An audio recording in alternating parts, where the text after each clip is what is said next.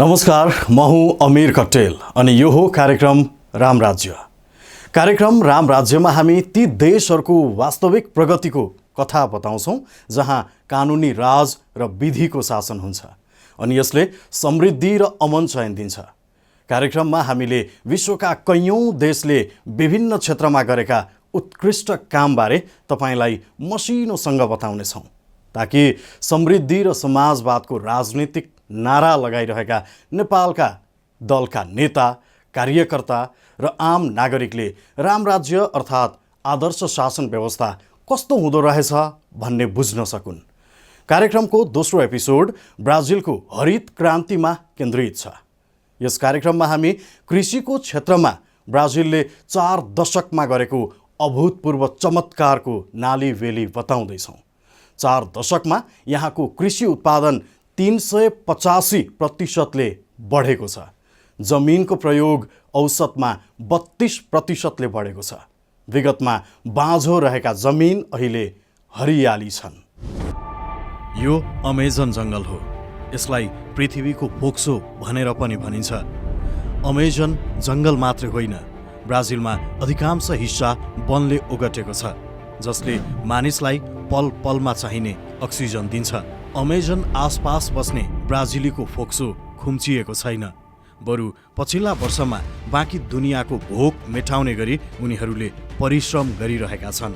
ब्राजिलीले उब्जाएका स्वास्थ्यवर्धक र स्वादिला अन्नबाली दुनियाँभर पुगेका छन्। यो सम्पूर्ण ब्राजिलको हरित क्रान्तिसँग जोडिन्छ। हरित क्रान्तिको कथाभन्दा अगाडि दिगो कृषिलाई प्राथमिकतामा राखेको ब्राजिलको भूगोल र इतिहास बुझौँ। 85,15,767 वर्ग किलोमिटर क्षेत्रफल भएको ब्राजिल विश्वकै 5औं ठुलो देश हो। 5 पटक विश्व फुटबलको उपाधि जितेकाले पनि ब्राजिल प्रख्यात छ। अमेजन जङ्गल त छ नै, ब्राजिलमा पानीको स्रोत अथाह छ। ब्राजिलमा झन्डै 300 आदिवासी समुदायको घर छ। यहाँ 270 भन्दा धेरै फरक भाषा बोलिन्छ। पछिल्ला वर्षमा यसको नयाँ परिचय थपिएको छ, विश्वलाई खाद्यान्न आपूर्ति गर्ने देश। विश्वमा कुल निर्यात हुने कृषिजन्य सामग्री मध्ये 7.3% हिस्सा ब्राजिलको छ। उखु, सोयाबिन, कफी, कटन, फाइबर, काठ, मासु लगायत धेरै कृषिजन्य सामग्री यहाँबाट बाँकी विश्वमा निर्यात हुन्छ। दक्षिण अमेरिकाको सबैभन्दा ठुलो देश ब्राजिलमा पोर्चुगिज यात्री पेड्रो अल्भारेज क्याब्राल 22 अप्रिल 1500 आइपुगेका थिए। त्यस लगत्तै युरोपबाट ठुलो जनसङ्ख्या यहाँ आउन थाल्यो। बसाइ सराईका क्रममा यहाँ मानिससँगै ठेउला, दादुरा, इन्फ्लुएन्जा लगायत रोग भित्रिए। ब्राजिलका आदिवासी समुदाय त्यस्ता रोगसँग त्यसअघि अपरिचित थिए।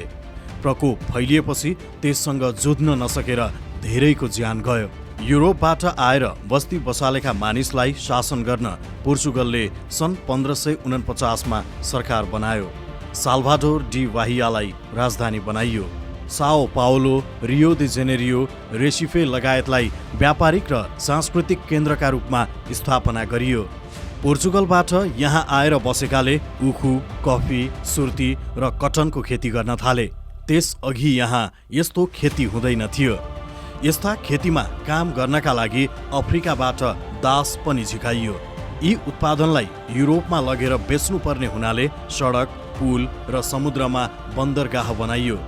ठुलो सङ्ख्यामा सार्वजनिक भवन बनाइयो। खानी स्थापना गरियो। ती खानीबाट हिरा, सुन, फलाम लगायत उत्खनन गरेर पोर्चुगल लैजाने गरिएको थियो। ब्राजिलबाट ठुलो परिमाणमा काठ समेत निर्यात गरियो। युरोपेलीले यहाँका स्थानीयलाई इसाई धर्ममा रूपान्तरण गर्ने अभियान नै चलाएका थिए। त्यसका लागि विभिन्न ठाउँमा मिसनरी स्थापना गरिएको थियो। देशमा शासन गर्नका लागि उपनिवेश काउन्सिल, अदालत र प्रशासनिक संरचना बनाइयो। पोर्चुगिज, अफ्रिकी र ब्राजिली आदिवासी बीच सांस्कृतिक आदान प्रदान समेत हुन थाल्यो। अन्तर्जातीय विवाहबाट जन्मिएको मिश्रित संस्कृतिको नयाँ पुस्ताको जनसङ्ख्या ब्राजिलमा ठुलो छ। साधन स्रोत पोर्चुगल लग्ने र यहाँको विकासका लागि पर्याप्त सहयोग नगर्ने पोर्चुगिजको रवैयाबाट ब्राजिली रिसाएका थिए। ब्राजिलीले 7 सेप्टेम्बर 1822 मा स्वतन्त्रता घोषणा गरे। पेड्रो प्रथम यहाँको पहिलो सम्राट बने। सन् 1960 को दशकसम्म फुटबल, संस्कृति र कफीले ब्राजिललाई विश्वमा चिनाएको थियो। ब्राजिलको कुल निर्यातको आधाभन्दा धेरै हिस्सा कफी थियो, तर अन्य धेरै कृषि उत्पादन बाहिरबाट मगाउनु पर्ने भएकाले मूल्य वृद्धि चर्को थियो। देशको ठूलो जनसङ्ख्या, गरिबी र बेरोजगारीले आक्रान्त थियो। शीत युद्धको समयमा विश्वका धेरै देश सोभियत युनियन र अमेरिकाको पक्षमा ध्रुवीकृत थिए। अन्तर्राष्ट्रिय खिचातानीको असर ब्राजिलको राजनीतिमा नदेखिने कुरै भएन। सन् 1961 निर्वाचित भएपछि ब्राजिलको वामपन्थी दल लेबर पार्टीका जाओ गुलार्टले केही सुधारका नीति ल्याउन खोजेका थिए। उनका सुधारका आधारभूत योजनामध्ये केही यस्ता थिए। शिक्षा क्षेत्रमा सुधार ल्याउन पाउलो फ्रेइरेको योजनामा नयाँ नीति बनाउने, निजी विद्यालय बन्द गर्ने, विश्वविद्यालयमा सुधार ल्याउन विभिन्न कार्यक्रम गर्ने, ब्राजिलको कुल बजेटको 15% शिक्षामा खर्च गर्ने, बहुराष्ट्रिय कम्पनीले लिने फाइदा विदेशमा रहेका उनीहरूका मुख्यालयमा मात्रै नपुगोस्, ब्राजिलमा पनि फेरि लगानी होस् भन्नका लागि करमा संशोधन गर्ने, मानिसले लिएको फाइदाका आधारमा आयकर बुझाउनु पर्ने, नपढेका मानिस र तल्लो तहका सैनिक अधिकारीलाई पनि मतदान अधिकार दिने। उनकै कार्यकालमा बनेको भूमि सुधार नीति अन्तर्गत 6000 हेक्टरभन्दा धेरै बाँझो जमिन पुनर्वितरण गर्ने, ग्रामीण जनता, अशिक्षित तथा उत्पीडित वर्गलाई फाइदा पुर्याउने अनि ब्राजिललाई आत्मनिर्भर हुने बाटोतर्फ अघि लैजाने सोचले उनले यी कार्यक्रम ल्याएका थिए। यति बेलासम्म ब्राजिलमा सेवा सुविधा सहर केन्द्रित थियो। ठूलो जनसङ्ख्या गाउँमा बस्थ्यो। साना किसानसँग थोरै मात्र जमिन थियो। उनीहरू परम्परागत कृषि पद्धतिमा निर्भर थिए। धेरै जमिनमा उब्जाइएको गेडागुडी, चामल, मकै लगायतले घर धान्नै किसानलाई मुस्किल थियो। किसानले नगदे बालीका रूपमा कफी खेती गर्थे। खडेरी, किरा र अन्य रोगका कारण ब्राजिलमा खाद्यान्न असुरक्षा ठूलो थियो। एकातर्फ गाउँमा राम्रो उत्पादन भइरहेको थिएन, अर्कोतर्फ पूर्वाधार विकास सहर केन्द्रित मात्रै भएकाले स्थानीय उत्पादनलाई बजारसम्म पुर्याउन किसानलाई समस्या थियो। ब्राजिलका सहरमा यति बेलासम्म ठूलो परिमाणमा विदेशबाट खाद्यान्न आयात हुन्थ्यो। आयातित खानाको मूल्य बढी पर्ने नै भयो। त्यसमाथि पनि मूल्य वृद्धि बेला बेलामा ह्वात्तै बढेर सहरमा मध्यम वर्ग चर्को सङ्कटमा पर्ने गरेको थियो। एकातर्फ राष्ट्रपति गुलाट सङ्कटको हल निकाल्न लागिरहेका थिए, अर्कोतर्फ सैनिक अधिकारी सङ्कटलाई नै कारण देखाएर उनलाई अपदस्थ गर्ने योजनामा थिए। मार्च 1964 गुलाटलाई अपदस्थ गरेर सेनाले शासन हातमा लियो। सैनिक अफिसरहरू जोसे डी मागलहायस पिन्टो, एडिमर डी बारोस र कार्लोस लेर्सेदा कुका सूत्रधार थिए। सुनियोजित कु भएकाले सेनाका उच्च अधिकारीसँगै क्याथोलिक चर्च, कम्युनिस्ट विरोधी अभियन्ता तथा कुलीन वर्गको पनि साथ थियो। मूल्य वृद्धिको मारमा परेकाले गुलाट सरकारसँग असन्तुष्ट मध्यम वर्गले पनि सेनाको खासै विरोध गरेन। कम्युनिस्ट विरोधी भएकाले यस सत्तालाई अमेरिकाको आशीर्वाद नहुने कुरै थिएन। नोभेम्बर 1964 सैनिक अधिकारीले गुलाट कार्यकालमा बनेको भूमि सुधार नीतिलाई संशोधन गरेर त्यसमा हस्ताक्षर गरे, तर यसको कार्यान्वयन पक्षमा त्यति ध्यान भने दिएनन्। सरकारको ध्यान विपक्षीलाई तह लगाउन केन्द्रित थियो। धरपकड, मानवाधिकार हनन र व्यक्ति हत्याका कारण छोटो समयमै सरकार बदनाम भयो। सन् 1967 अति कडा कानुन ल्याएर वाक स्वतन्त्रता खोसियो। सैनिक सरकारले राष्ट्रियता सम्वर्धन र आर्थिक विकासलाई प्राथमिकतामा राखेको थियो। सन् 1970 ब्राजिलले तेस्रो पटक विश्वकप फुटबलको उपाधि जितेपछि राष्ट्रवादको लहर अझै बढ्यो। सरकार पक्षीयले नारा नै लगाए, लिभ इट और लभ इट, अर्थात् देशलाई माया गर या छोड। आर्थिक नीति बनाउने जिम्मा अर्थमन्त्री एन्टोनियो डेल्फिम नेटोलाई थियो। यस अवधिमा ब्राजिलको आर्थिक वृद्धि 10%ले बढेको भनेर बढाई चढाई प्रचार गरियो, तर सबै जनता खुसी थिएनन्। विशेष गरी ग्रामीण जनता र विपन्नलाई समेट्नुपर्ने चुनौती सरकारसँग थियो। तानाशाहको छत्र छायामा रहेको ब्राजिलमा सन् 1970 को दशकमा धेरै चुनौती थिए। जनतालाई सुपथ मूल्यमा खाद्यान्नको पहुँच सुनिश्चित गर्ने, विशेष गरी ती शहरमा जहाँ दुर्गमबाट अवसरको खोजीमा मानिस आउँथे। रोजगार सृजना गर्ने, ग्रामीण जनसङ्ख्यालाई आय र सामाजिक सुरक्षाको व्यवस्था गरेर गाउँमै टिकाउने, ब्राजिलको प्राकृतिक स्रोतको जगेर्ना गर्ने, उत्पादनलाई निर्यात गर्ने जसकारण अर्थतन्त्रका अन्य क्षेत्रको पनि प्रवर्धन गर्न सकियोस्, पूर्वाधारको विकास गर्ने। नोभेम्बर 1970 मा भूमि सुधार प्रभावकारी कार्यान्वयन गरेर ग्रामीण जनतालाई रिझाउन सरकारले National Institute for Colonisation and Agrarian Reform INCRA गठन गर्यो। जमिनको पुनर्वितरण गर्ने, भूमिहीन कृषकलाई जमिन दिने, ग्रामीण विकास तथा कृषिमा सहयोग पुर्याउनका लागि विभिन्न तालिम तथा विकास परियोजना सञ्चालन गर्ने लक्ष्यसहित यसको गठन गरिएको थियो। सन् 1973 मा सैनिक राष्ट्रपति इमिलियो मेडिसीको कार्यकालमा कृषि तथा पशुपालन मन्त्रालयले अनुसन्धानमा आधारित कम्पनी इम्ब्रापा खोल्यो। यसले ब्राजिलमा कृषि क्रान्ति थाल्यो, जसलाई हरित क्रान्ति पनि भनिन्छ। हरित क्रान्तिको सबैभन्दा राम्रो उदाहरण सेर्राडो क्षेत्र हो। एसिडिक माटो र खडेरीका कारण सन् 1970 ताका यो क्षेत्र बालीनालीका लागि राम्रो मानिँदैन थियो। तर इम्ब्रापाको परियोजनाले यस क्षेत्रको कथा नै बदलिदियो। 19,10,037 वर्ग किलोमिटरमा फैलिएको सेर्राडो क्षेत्रले ब्राजिलको 21% भूभाग समेट्छ। गोइयास, माटो ग्रोसो दो सुल, माटो ग्रोसो, टोकन्टिन्स, मारान्नो, पिउई, बाहिया र मिनस जराइस पश्चिमी हिस्सा तथा साओ पाउलो र पाराना राज्यका थोरै हिस्सा यही क्षेत्रमा पर्छन्। इम्ब्रापाले यहाँ कृषि र पशुपालनलाई दिगो रूपमा अघि बढाउनका लागि विभिन्न नीति ल्यायो। परम्परागत कृषि अभ्यासलाई आधुनिक प्रणालीसँग जोडियो। भूस्खलन र खडेरी अन्त्यका लागि माटोको व्यवस्थापन गरियो। सुक्खा क्षेत्रमा पानीको व्यवस्थापन महत्त्वपूर्ण थियो। सिँचाइका लागि ठुला ठुला क्यानल बनाइयो। त्यस्तै पानी भण्डारण गर्ने केन्द्र पनि बनाइयो। जैविक सामग्री र केमिकलको प्रयोग मार्फत किराको व्यवस्थापन गरियो। धेरैभन्दा धेरै उत्पादनका लागि हावापानी सुहाउँदो बाली लगाउन थालियो। सेर्राडो क्षेत्रमा पर्ने साओ पाउलोको दक्षिणी भूभाग र त्यससँग जोडिएका अन्य भूभागमा झन्डै 90% उखु लगाइयो। माटो ग्रोसोमा सोयाबिन खेती गरियो।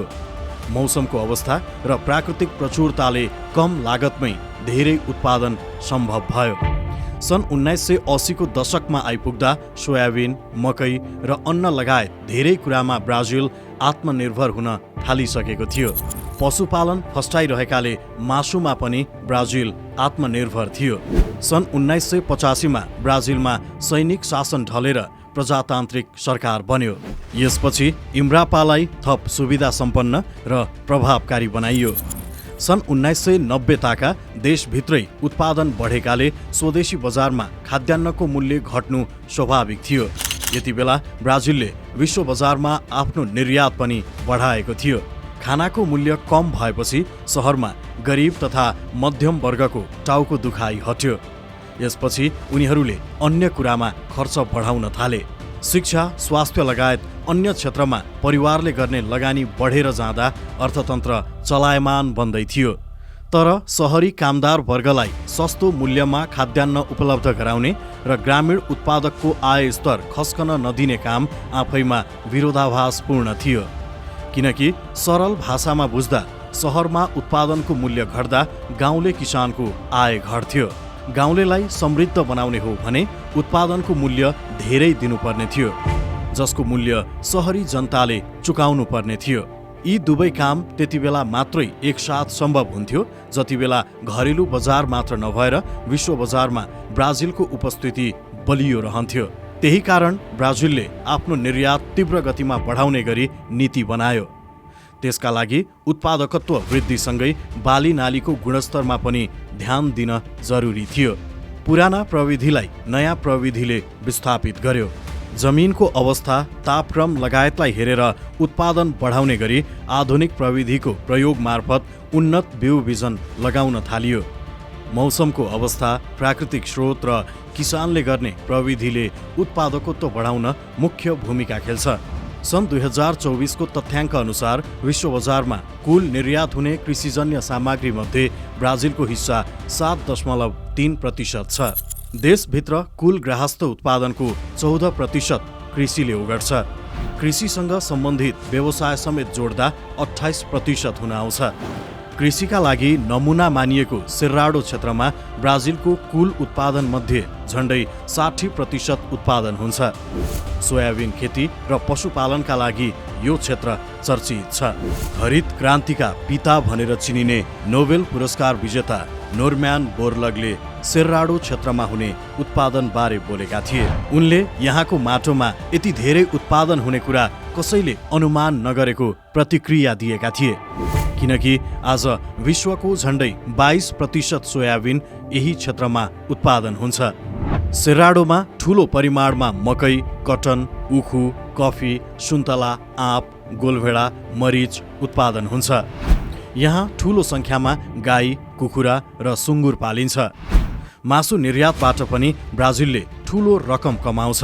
ब्राजिलको इकोलोजिकल ट्रान्सफर्मेसन प्लानमा आधारित रहेर World Economic Forum Tropical Forest Alliance इनिसिएटिभले तयार गरेको report the Cerrado production and प्रोटेक्सनका अनुसार 2030 भित्र सेर्राडो क्षेत्रले प्रतिवर्ष $72 अर्ब ब्राजिलको कुल गृहस्थ उत्पादनमा योगदान गर्न सक्छ। जङ्गल फडानी गरिएको जमिनमा फेरि वृक्षारोपण गर्नुपर्ने र सेर्राडोको संरक्षित क्षेत्रफललाई बढाउनु पर्ने सुझाव रिपोर्टले दिएको छ। कृषिको पावर हाउस हुनुका साथै सेर्राडो जैविक ऊर्जाको प्रचुर सम्भावना भएको ठाउँ पनि हो। यहाँ वनस्पति र अन्य प्राकृतिक स्रोतबाट ऊर्जा निकालिन्छ। अहिले पनि बायोग्यासको 1/3 ब्राजिलमै उत्पादन हुन्छ। भविष्यमा वैश्विक ऊर्जा प्रणालीमै बायो ऊर्जाको भूमिका बढ्ने भएकाले यसले ब्राजिलको अर्थतन्त्रमा थप योगदान गर्ने देखिन्छ। ब्राजिलमा 20 करोड भन्दा धेरै जनसङ्ख्या छ, त्यही कारण यहाँ कामदार अभाव छैन। सन् 2024 मा अत्याधिक लगानी भित्रिने देशको सूचीमा ब्राजिल 4थो स्थानमा छ। यहाँ ठूलो वैदेशिक लगानी प्रवाह हुन्छ। ब्राजिलमा विदेशीले कृषि गर्नका लागि जमिन किन्न वा भाडामा लिन पाउँछन्। सेर्राडो र अमेजन क्षेत्रका ठूला व्यापारिक फार्मले यहाँ विदेशी लगानी आकर्षित गरिरहेका छन्। ब्राजिलमा विदेशी कम्पनीले कृषिसँग सम्बन्धित व्यापारमा पनि लगानी गर्न पाउँछन्, जसमा खाद्यान्न प्रशोधन, वितरण र बजारीकरण पर्छन्। विदेशीले बिउ, मल, कीटनाशक औषधि र कृषि उपकरणका लागि पनि लगानी गरिरहेका छन्। यसले किसानलाई नयाँ उपकरणसँग अभ्यस्त गराउँदै कृषि उत्पादन बढाउन भूमिका खेलिरहेको छ। यहाँ पूर्वाधार विकास र अनुसन्धानमा पनि विदेशी लगानी भित्रिरहेको छ। यद्यपि सेर्राडो क्षेत्रमा बढ्दो वनजङ्गल फडानीलाई लिएर पनि विश्व समुदाय उत्तिकै चिन्ताग्रस्त छ। कृषि उत्पादनका लागि जङ्गल फडानी गर्दा यहाँ स्थानीय वनस्पति नाश हुन थालेकोमा विज्ञको चिन्ता छ। उत्पादनको हिसाबमा ब्राजिलले जति प्रगति विश्वमा कसैले पनि गरेको छैन। 4 दशकमा यहाँको कृषि उत्पादन 385% बढेको छ। त्यस्तै जमिनको प्रयोग औसतमा 32% बढेको छ।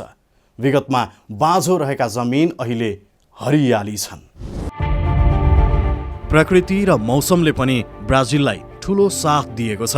विश्वका झण्डै 20% वनस्पति यहाँ पाइन्छन्।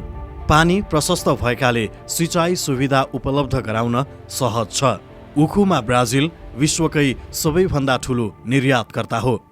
यहाँबाट वार्षिक 60 करोड टन भन्दा धेरै उखु विश्व बजारमा निर्यात हुन्छ।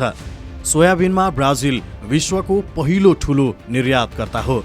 यहाँबाट सन् 2003 मा 10 करोड 10 लाख भन्दा धेरै टन सोयाबिन निर्यात भएको थियो। कफी, गाईको मासु, इथानोलमा पनि ब्राजिल ठूलो निर्यातकर्ता हो। ब्राजिलमा विश्वको 1/3 सुन्तला उत्पादन हुन्छ। कटन र फाइबरको उत्पादन पनि यहाँ राम्रो हुन्छ। मकै, अन्डा, सेल्युलोज, काठ, माछा, सीफुड लगायत पनि ब्राजिलले विश्व बजारमा पठाउँछ। जुट, काकाओ, कासाभा, केरा र धान पनि यहाँ पर्याप्त उत्पादन हुन्छ। उत्तरपूर्वी समुद्री किनारमा पाल्म, मिनस जराइसमा सुन्तलासँगै अदुवा, पिनट्स र साओ पाउलोमा चिया राम्रो फल्छ। अमेजनको घना वनमा पाइने औषधीय गुण भएका जडीबुटीको निर्यातबाट पनि ब्राजिलले ठूलो लाभ लिन्छ। विश्वको कृषिजन्य निर्यातको 7.3% हिस्सा ओगट्ने ब्राजिलले यस प्रणालीलाई दिगो बनाउने प्रयास गरिरहेको छ। विश्व बजारमा प्रतिस्पर्धा गर्नका लागि कृषि उपकरण, भण्डारण प्रविधि र यातायातका पूर्वाधारमा ब्राजिलले राम्रो लगानी खर्चिरहेको छ। कम उत्पादन हुने बाँझो चौरलाई कृषिजन्य उत्पादन हुने ठाउँ वा जङ्गलमा रूपान्तरण गर्ने सरकारको योजना छ। यस बाहेक प्रशोधन र भण्डारणमा सरसफाई कायम गर्ने लगायत काममा सरकारले ध्यान दिइरहेको छ। हरितगृह ग्यासको उत्सर्जनलाई कम गर्न सहयोग पुग्ने गरी खेती गर्नु आजको प्रमुख आवश्यकता हो। अहिले दिगो कृषि ब्राजिलको प्राथमिकतामा छ। कृषकलाई आकर्षित गर्नका लागि ब्राजिलको केन्द्रीय ब्याङ्कले ब्याजदर पनि विगतको दाँजोमा घटाउँदै लगेको छ, जसकारण यहाँ फार्मको सङ्ख्या बढ्दो छ। ब्राजिलले सन् 2010 यता कृषिमा कार्बन उत्सर्जन कटौती गर्ने योजना कार्यान्वयन गर्दै आइरहेको छ। सन् 2030 सम्म कृषि क्षेत्रबाट 1.1 बिलियन टन कार्बन उत्सर्जन कटौती गर्ने ब्राजिलको लक्ष्य छ। त्यसका लागि पहिले मासिएका वनजङ्गल क्षेत्र तथा नयाँ स्थानमा वृक्षारोपण गर्ने योजना छ। माटोलाई असर गर्ने केमिकलको प्रयोगमा कमी ल्याउने, जैविक विविधता र पर्यावरण संरक्षण गर्ने गरी जैविक खेती तथा पशुपालन गर्ने लगायत विषय उल्लेख छन्। एबिसी प्लस नाम दिइएको यो योजनालाई ब्राजिलको कृषि मन्त्रालयले 73 मिलियन हेक्टरमा लागू गर्ने बताएको छ। ब्राजिल विश्वकै ठूलो पशुपालन हुने देश मध्ये एक हो। यहाँ 1/4 भन्दा धेरै ग्रीन हाउस ग्यास उत्सर्जन पशुपालन र खेतीपातीबाट हुन्छ। यहाँ गाई वस्तुको सङ्ख्या मात्रै 23 करोड भन्दा धेरै छ। त्यही कारण मिथेनको उत्सर्जन न्यूनीकरण गर्न व्यवस्थित तवरले पशुपालन गर्नका लागि किसानलाई प्रेरित गर्ने सरकारको नीति छ। खेतीपाती भइरहेका जमिन मध्ये 75% जमिन स्थानीय किसानको स्वामित्वमा छ, जहाँ परिवार नै खेतीपातीमा सक्रिय हुन्छन्। समुदाय नै कृषिमा आबद्ध भएकाले ब्राजिलले त्यसबाट थप फाइदा लिएर एग्रो पर्यटनलाई अझै प्रवर्धन गर्न सक्छ। त्यस्तै विश्वभरका मानिस खानपानलाई लिएर सचेत भइरहेका छन्। उपभोक्ताले प्रोसेस्ड फुडको प्रयोगमा कमी ल्याएका छन्। यस्तै वनस्पतिमा आधारित डाइटको प्रयोग गर्दैछन्। फलफुल, तरकारी, नट्स, गेडागुडीको प्रयोग विश्वव्यापी बढ्नु ब्राजिलको अर्थतन्त्रका लागि अर्को सकारात्मक कुरा हो। ब्राजिलको प्रचुर विविधतायुक्त जमिन र पानीको स्रोत यस्ता बाली फल्नका लागि उत्कृष्ट हो। ब्राजिलले सन् 2012 देखि डढेलो र वनजङ्गल फडानी कम गर्न फरेस्ट कोड लागू गर्यो। सन् 2023 सम्म वनजङ्गल फडानीलाई शून्यमा झार्ने लक्ष्य सरकारको छ। यद्यपि त्यस अनुसार काम नगरेको भन्दै अन्तर्राष्ट्रिय जगतमा ब्राजिलको आलोचना पनि हुने गरेको छ। ब्राजिली अर्थतन्त्रका हाँगा पछिल्लो समय विविध क्षेत्रमा फैलिएका छन्। त्यही कारण ब्राजिल अहिले विश्वको 8औं ठूलो अर्थतन्त्र भएको मुलुक हो। ब्राजिलले जैविक इन्धनको प्रयोगलाई बढावा दिइरहेको छ। यहाँ ठूला उद्योग धन्दा सञ्चालनमा छन्। ल्याटिन अमेरिकाको सबैभन्दा ठूलो एरोस्पेस ब्राजिलमै छ। अटोमोबाइल, तेल र ग्यास, खानी, मेडिकल उपकरण, प्रविधि लगायत क्षेत्रका विभिन्न कुरा यहाँ उत्पादन हुन्छ।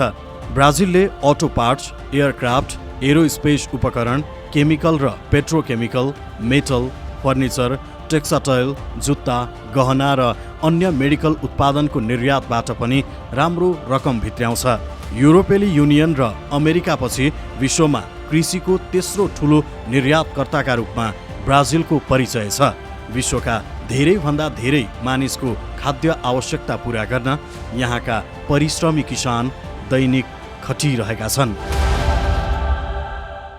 केवल 40 वर्षको अवधिमा ब्राजिल एउटा परनिर्भर देशबाट कृषिमा महाशक्ति जस्तै बनेको छ। अमेजन वनले अक्सिजन दिन्छ, यहाँका किसानले अन्न र फुटबल खेलाडीले मनोरञ्जन। एउटा देशले बाँकी दुनियाँमा गरेको यो योगदान सम्मान योग्य छ।